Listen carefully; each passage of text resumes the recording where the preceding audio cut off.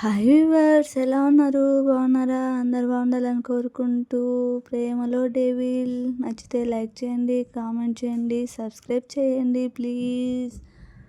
రామప్రభ గారు హాల్లో కూర్చొని ఆదర్శ కోసం వెయిట్ చేస్తూనే పదే పదే అతని కాల్ చేస్తూ ఉంటారు. ఎందుకంటే వాళ్ళు కళ్ళ ముందే ఆ ఇంటి అమ్మాయిని ఎవరో వచ్చి పెళ్ళి చేసుకోవడం ఏంటి?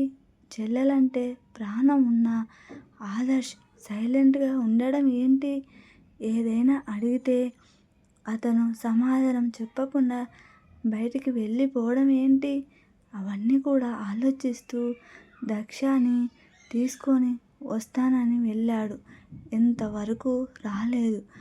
అక్కడ ఏం జరిగి ఉంటుంది అని ఆలోచిస్తూ ఉంటారు. అప్పుడే వంశీ ఇంకా వాళ్ళ ఫ్యామిలీ అక్కడికి వస్తారు. మీరందరూ ఇక్కడికి ఎందుకు వచ్చారు? పెళ్ళి మండపంలో పెళ్ళి ఆగిపోయింది అని మీ ఆస్తులు ఎవరో దొబ్బినట్టు నా మనవడు ఎన్నెన్నో మాటలు అన్నారు కదా అని కోపంగా అడుగుతారు రామప్రభ గారు. అప్పుడే వంశీ అక్కడికి వచ్చి ఆవిడ పక్కన కూర్చొని, ఆ టైంలో అలా పెళ్ళి ఆగిపోవడం, నేను కనిపించకపోవడంతో మమ్మీ డాడీ నిజంగా చాలా ఎక్కువ రియాక్ట్ అయ్యారు.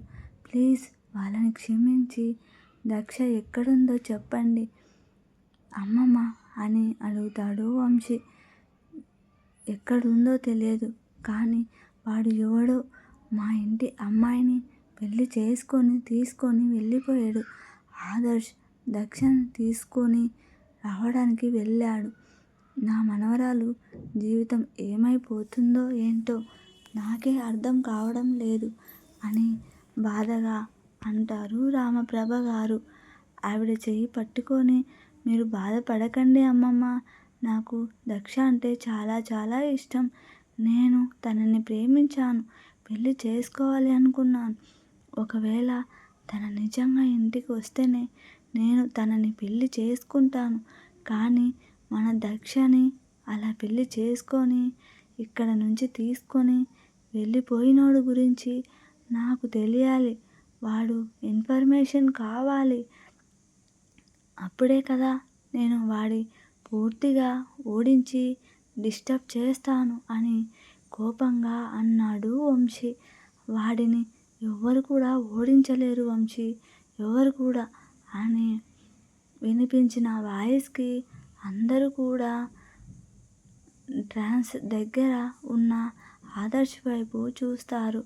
మనవడి చూసిన తరువాతే రామప్రభ గారికి ఊపిరి సరిగ్గా ఆడుతుంది.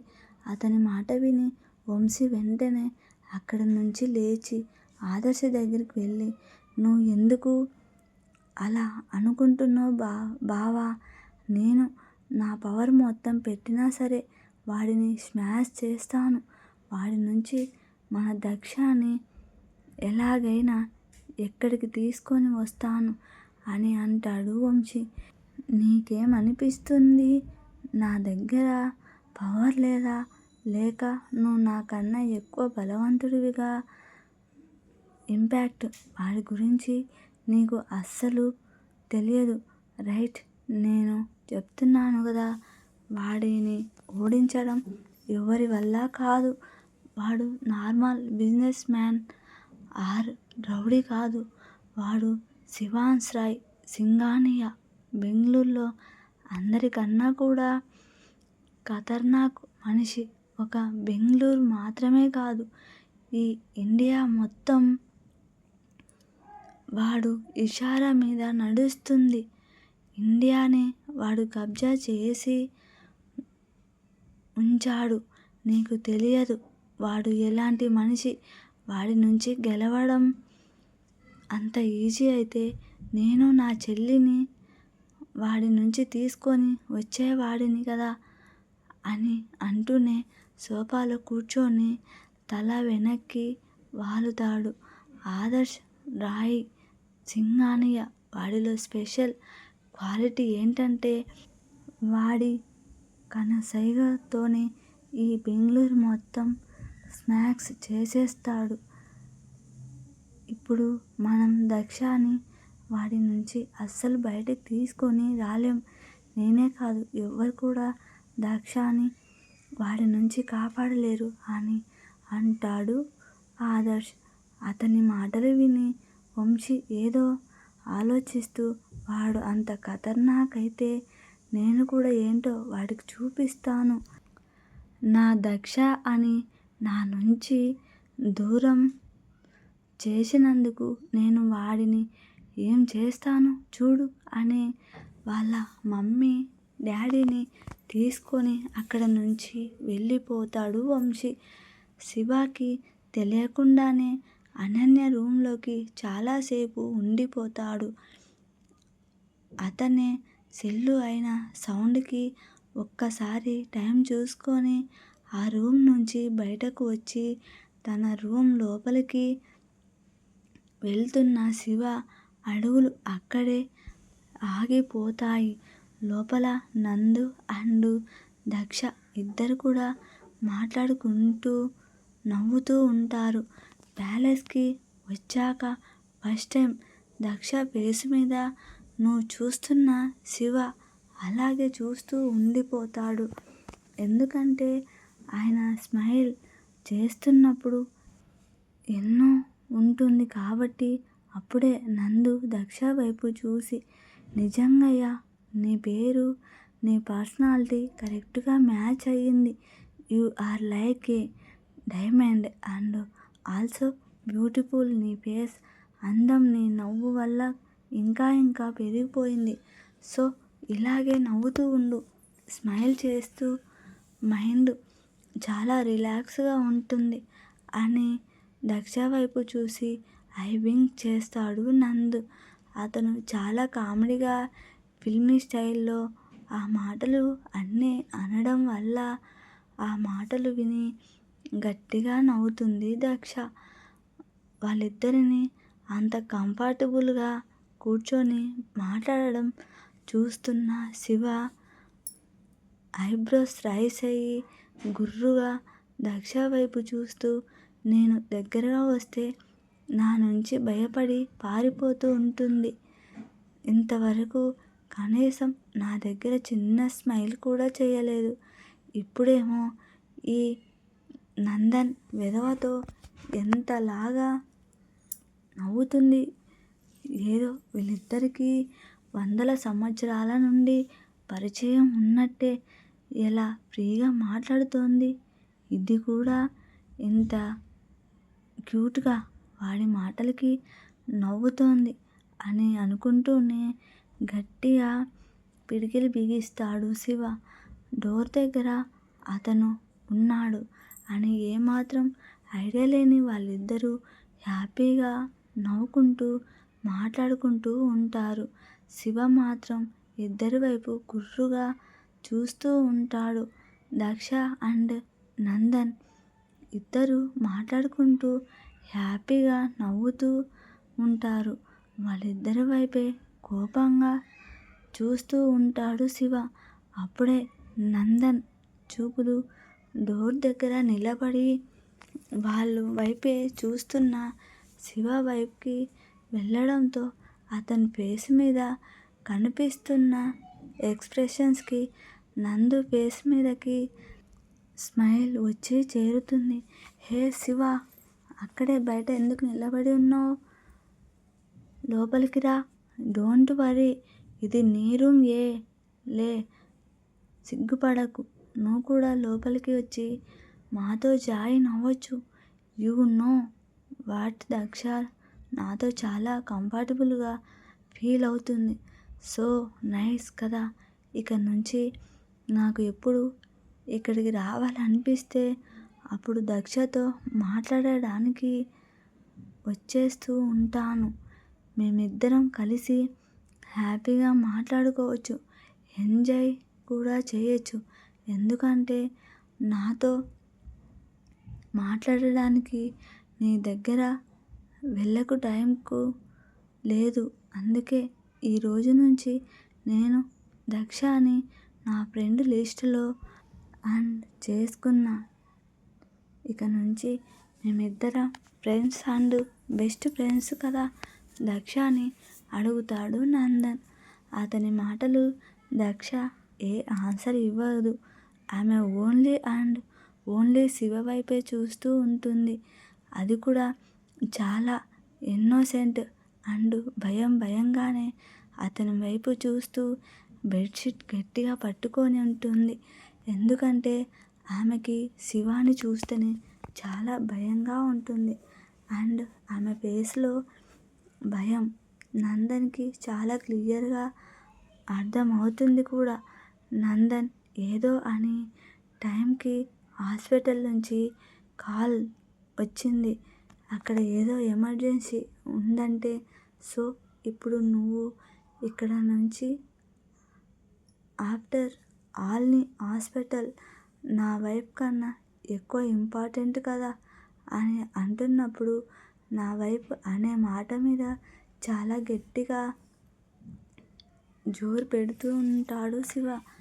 అండ్ ఆ మాటలు పాజిటివ్నెస్ ఒక రేంజ్లో అర్థమవుతూ ఉంటుంది నందన్కి. అతని మాటలు విని నందు ఫేస్ మీదకి స్మైల్ వచ్చి వెంటనే కూర్చున్న దగ్గర నుంచి లేచి నిలబడి దక్ష వైపు చాలా ప్రేమగా చూస్తూ ఆమె హెయిర్ చేస్తూ, ఎక్కువ టెన్షన్ తీసుకోకు, దేని గురించి కూడా స్ట్రెస్ ఫీల్ అవ్వకు అండ్ క్లియర్గా ఉండు. బెడ్ దిగి ఏ వర్క్ కూడా చేయకు. కొన్ని రోజులు రెస్ట్ తీసుకుంటే నువ్వు క్యూర్ అయిపోతావు. నేను ఇంకా బయలుదేరుతాను ఓకేనా అని అంటాడు నందు. అని తల ఊపగానే అక్కడి నుంచి వెళ్ళిపోతాడు. అలా దక్ష అని టచ్ చేయడం శివకి అసలు నచ్చలేదు. కానీ ఫీలింగ్స్ని బయటకి షో అవ్వనివ్వకుండా అలాగే ఉంటాడు శివ. అతను వెళ్ళాక అప్పుడు డోర్ దగ్గరికి నుంచి దక్ష వైపు అడుగులు వేస్తాడు. అతని కళ్ళల్లో ఆ ఎక్స్ప్రెషన్స్ అవన్నీ చూడలేక అటు ఇటు దిక్కులు చూస్తూ కూర్చుంటుంది. ఎందుకంటే ఆమెకి అతను చాలా దగ్గరగా వస్తూ ఉంటుంది. ఇప్పుడు అతను ఇంకా ఏ పనిష్మెంట్ ఇస్తాడు ఏంటో అని లోపలే అనుకుంటూ ఉంటుంది దక్ష. అతను ఆమె దగ్గరికి వెళ్ళి ఆమెకి ఎదురుగా సోఫాలో కూర్చుంటాడు. కానీ అతని చూపులు మాత్రం ఆమె మీద నుంచి అస్సలు పక్కకి వెళ్ళడం లేదు. అతను తన వైపే చూస్తాడు. ఆమెకి తెలుస్తూ ఉన్నా కూడా కనీసం తలెత్తి అతని వైపు చూడడం లేదు. దక్ష అలాగే 2 నిమిషాల తర్వాత ఏదో ఆలోచిస్తూ పక్కన పెట్టి బెడ్ నుంచి కిందకి దిగడానికి కాళ్ళు కింద పెడుతుంది. ఆ వెంటనే కాళ్ళు ఉంచి ఆ అని గట్టిగా అరుస్తూనే ఆమె కంట్లో కన్నీళ్లు చేరడంతో తన కాళ్ళ వైపు చూస్తుంది. ఆమె అరుపు విన్న శివ వెంటనే ఆమె దగ్గరికి వచ్చి ఆతృతగా బెడ్ మీద కూర్చోబెట్టి what the hell are you mad, అసలు ఏం చేయాలి అనుకున్నావు, నీ కాళ్ళకి ఇంజూర్ అయ్యింది అనిపించడం లేదా, నీకు పిచ్చి పట్టిందా అని ఆమె కాళ్ళని తన చేతులతో పట్టుకొని అంటాడు శివ. అతని వాయిస్లో ఒక టైప్ కేర్ కంగారు తెలుస్తూ ఉంటుంటే దక్షకి ఆమె అలా తన వైపు చూస్తుంటే ఇప్పుడు తను ఏం అన్నాడు అని రియలైజ్ అయ్యి వెంటనే ఆమె కాళ్ళు వదిలి ఫేస్ మీదకి మళ్ళీ సీరియస్ ఎక్స్ప్రెషన్స్ తీసుకొని వచ్చి ఏం చేయాలనుకున్నావు నువ్వు, ఇప్పటికైనా ఇంజూరీ సరిపోవడం లేదా, మళ్ళీ కాళ్ళకి ఎక్కువ ప్రాబ్లం అయితే డాక్టర్ నందన్ ఇక్కడికి వచ్చి రోజంతా నీకు ట్రీట్మెంట్ చేయాలి అనుకుంటావా, వాడు కన్నా మంచోడు కదా, వాడితో నువ్వు బాగానే కంఫర్టబుల్ ఫీల్ అవుతున్నావు కదా. వాడు మాట్లాడితే బాగానే నవ్వు వస్తుంది కదా నీకు అని అడుగుతాడు శివ. అతని మాటలకి కన్ఫ్యూజ్గా అలాగే చూస్తూ, మీరు ఏమంటున్నారు నాకు అర్థం కావడం లేదు శివగారు అని చిన్నగా అడుగుతుంది దాక్ష. గట్టిగా ఊపిరి పీల్చుకొని బెడ్ రెస్ట్ తీసుకో మని చెప్పాడు కదా వాడు. అలాంటప్పుడు నువ్వు బెడ్ నుంచి ఎందుకు కిందకి దిగాలి అనుకున్నావు. అది నేను వాష్రూమ్కి వెళ్ళాలి అని తల దించుకుంటుంది దాక్ష. ఊఫ్ అని ఆమెని 2 చేతులతో ఎత్తుకొని వాష్రూమ్ వైపు తీసుకొని వెళ్తారు. శివ కళ్ళు పెద్దగా చేసి రెప్ప కూడా వేయకుండా అతని వైపు చూస్తూ ఉంటుంది దాక్ష. వాషింగ్ డోర్ దగ్గరే ఆమెని వదిలి త్వరగా బయటికి రా అని అతను అనగానే అని లోపలికి వెళ్ళిపోతుంది. డోరు వైపు చూస్తూ అసలు ఏం జరుగుతుంది, నాకు ఏమవుతుంది, నా మైండ్కి ఆ నందన్ ఆ విధవ దక్షతో మాట్లాడితే నాకు ఎందుకు నచ్చడం లేదు, నేనెందుకు ఇలా పిచ్చోడిలాగా అయిపోతున్నాను, వాట్ ద ఫా I just hate it, I hate this feeling అని తన హెయిర్లో చేతిని ఫోన్ ఇచ్చి గట్టిగా పట్టుకుంటాడు శివ. నెక్స్ట్ ఎపిసోడ్లో ఏం జరగబోతుందో మళ్ళీ కలుద్దాం ప్లీజ్.